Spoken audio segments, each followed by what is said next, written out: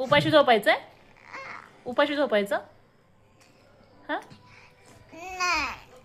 मग काय करायचं? खाऊ खायचा? पाणी पिशील की, पण खाऊ नाही खाणार? अरे बापरे, डोळ्यात किती पाणी आलंय बाळाच्या. एक गॅस. गुड गेलंय बाळा माझं. अरे वा, मस्त. हा, का बरं? झोप आली? खाऊ खाल्लं की लगेच झोपायचं. तुला माहितीये का, खूप असा पोटभर खाऊ खाल्ला का नाही, खूप छान झोप येते. आणि पोटामध्ये खाऊ कमी असेल तर काय होतं ग? मी तुला सांगितलं होतं. तू समजा झोपताना खाऊ नसेल खाल्ला तर काय होतं टमीमध्ये?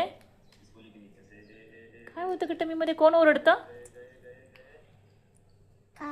कावळा ओरडतो की नाही टमीत? काय म्हणतो का टमीतला कावळा?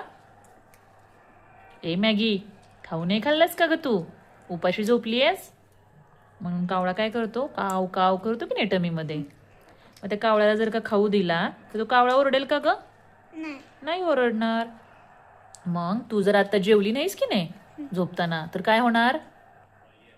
कावळ्याला भूक लागणार टमी मधल्या, आणि कावळा कसा करणार? काव काव काव करणार, आणि तुला झोपूनच देणार नाही. मग कावळ्याने काव काव केलं, तुला झोप येईल का शांत? नाही येणार. त्यामुळे त्या कावळ्यासाठी आपण खायचं असतं थोडं. मग कावळा खुश होईल मॅगीवर आणि मॅगीला शांतपणे झोपू देईल, हो की नाही? टमीतला कावळा काढायचा? असं दे की ग बाळा. का? तू तर प्यारा प्यारा असतो ना ग.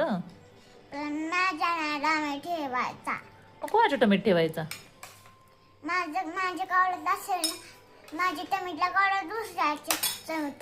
आता कोणाच्या टमीत ठेवायचा? प्रत्येकाच्या टमीत कावळा असतो. कोणाच्या टमीत ठेवायचा? एक एक्स्ट्रा नाही का होणार मग ठेवल्यावर? प्रत्येकाच्या टमीतल्या कावळ्याला भूक लागते म्हणून तर आपण जेवण करतो ना.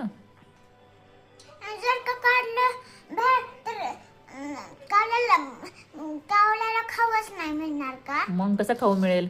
जर का तुझ्या टमीतून तो कावळा बाहेर काढला तर कावळ्याला खाऊ मिळेल का? उपाशी राहणार तो कावळा बिचारा. म्हणून तर आपण पोटभर जेवायचं असतं आणि संध्याकाळी कधीच उपाशी झोपायचं नसतं. छान खाऊ खाऊन झोपायचं असतं.